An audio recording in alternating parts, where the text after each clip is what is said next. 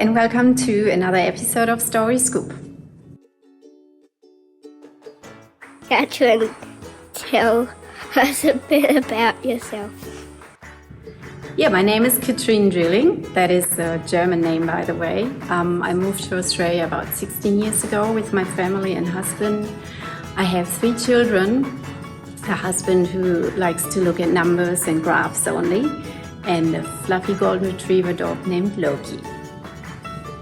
Can you let us know about your projects this year?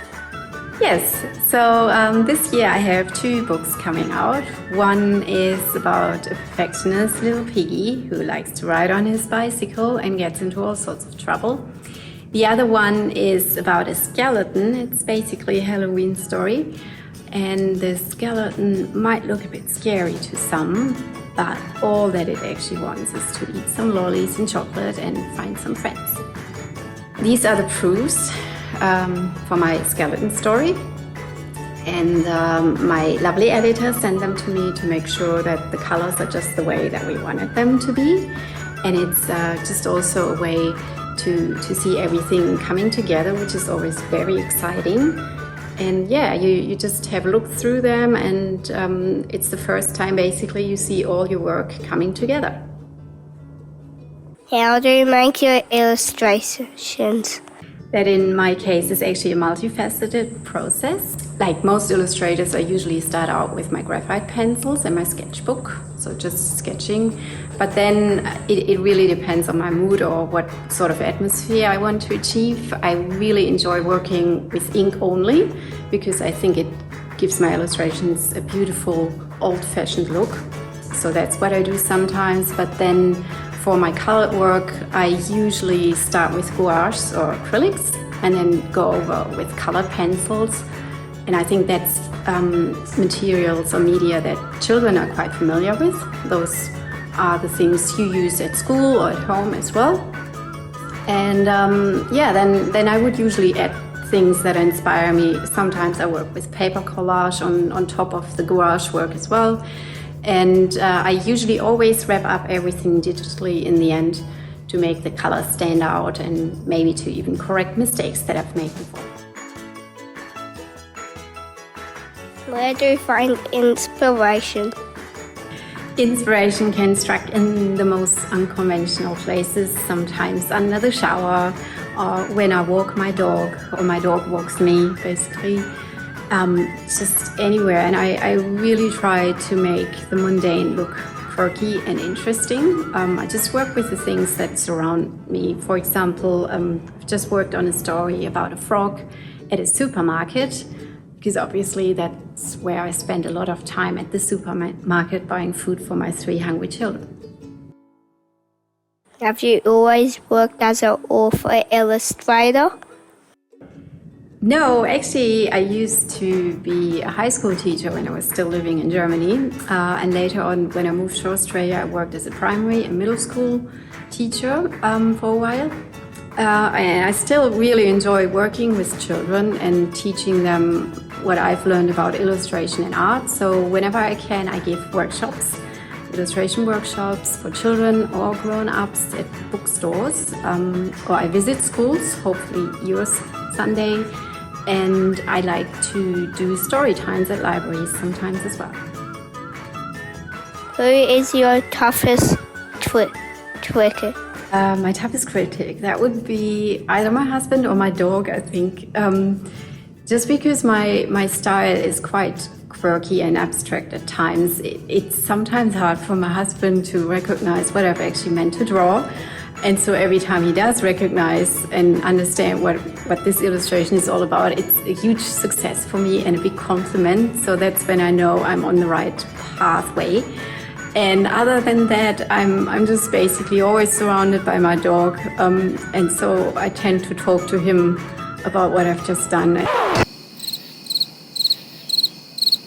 Yeah, it helps to speak about it, and that way get some more ideas going, I guess. Okay. Thank you for having me. I hope you had a great time, and I hope to see you soon again. Bye.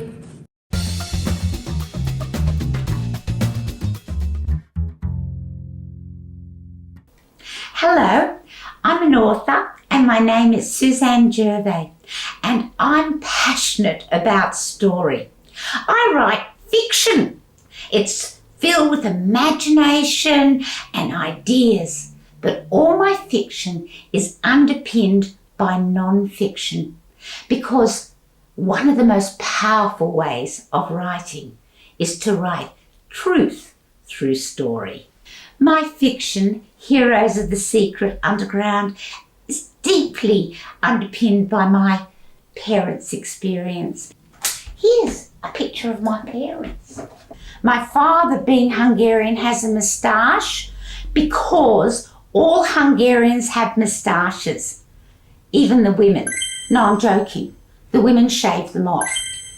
I write because my parents are in my heart and in my life, and their journey of struggle, going through war, and their journey to Australia inspires me every day of my life. It was hard coming to Australia, but they knew Australia offered them democracy and freedom. I wrote a story, Heroes of the Secret Underground. It's based on autobiography and history, but it's also story. It's got fantasy and time slip and adventure, and it's like a thriller as the kids discover the secrets of the past to bring to the future. They climb up the top of the historic, majestic hotel where they live in the year 2000 to find the secrets when they time slip to Budapest, 1944, in the middle of war. And they meet their parents as kids, just like them, and together discover the secrets of the past to bring hope to the future. So how do you create a story with non-fiction underpinning it? Research. Please don't shut up. Research is one of the great joys of writing this sort of story. Yes, you go to books. Yes, you go to the library. Yes, you visit museums. You talk to people, you interview them, you get overwhelmed until you are there, until that research is in you. But I've got a warning. When you research, please do have fun. That's not the warning. The warning is you are still writing a fictional story of imagination and character. So understand the history, the truth, the non-fiction. Then put it aside. Take from it what you need for your characters to create a story which is grounded in truth, but is filled with the courage of characters. I went with my daughter to Budapest, the capital of Hungary, where we searched out the truth to enrich my story. We went to the glorious Budapest Hungarian State Opera House with its gold and cherubs hanging from the ceiling. It's where my mother played her violin.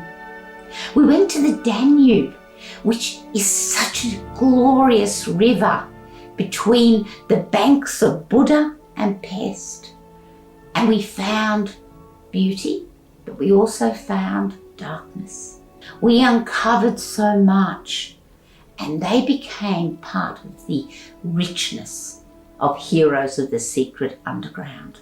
In my research, I discovered imagery and symbols that would become part of my stories.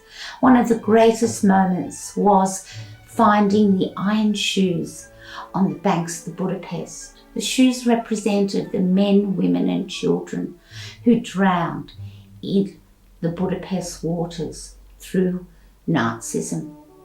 Because shoes represent who we are.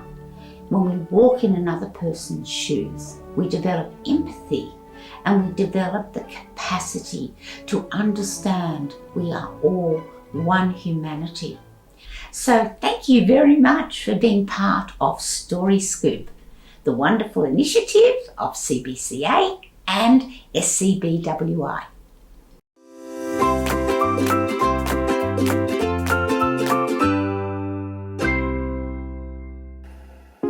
Hello and welcome to Story Scoop.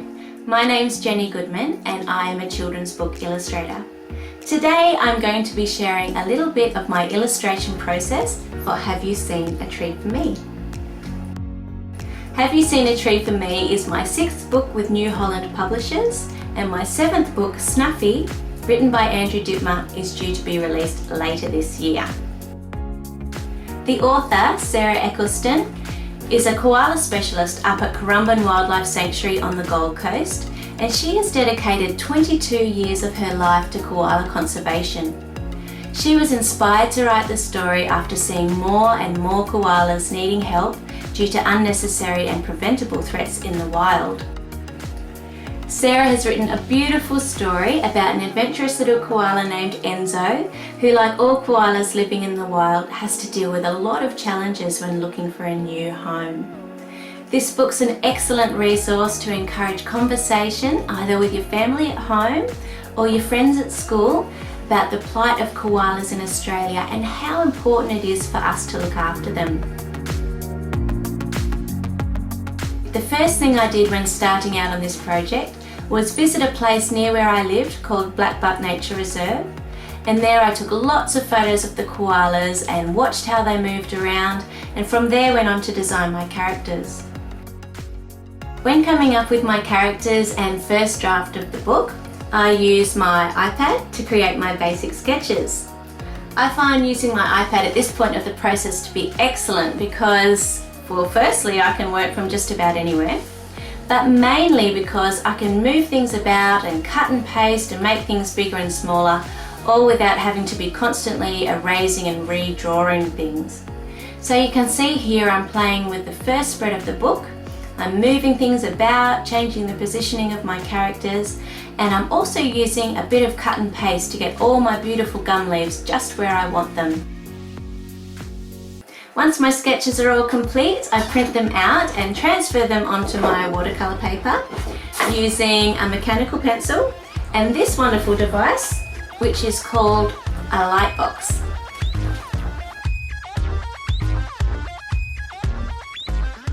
Now, have you ever done a beautiful painting only to find that the wet paint has crinkled up your paper and ruined it? Well, I've done that before too. So the next step of my process is to stretch my paper. I do this by soaking it in the bath and laying it out flat on a board and using a special tape called gum tape to keep it in place.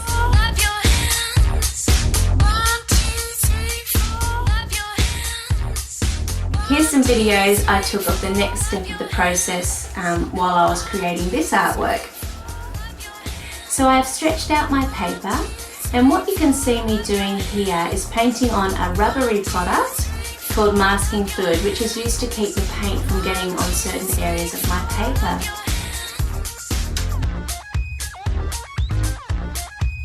Once it's dry, I paint a simple background over the top with watercolour paint. And once that's dry, I can remove the masking fluid. You can see here just how rubbery it is and how it has left the areas it was covering nice and white for me to draw on.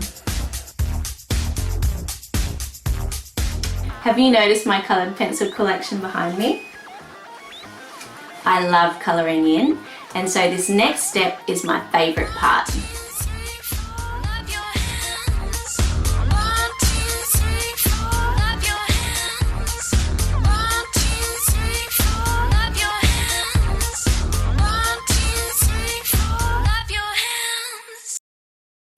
So that was the process I used to create the illustrations for Have You Seen a Tree for Me?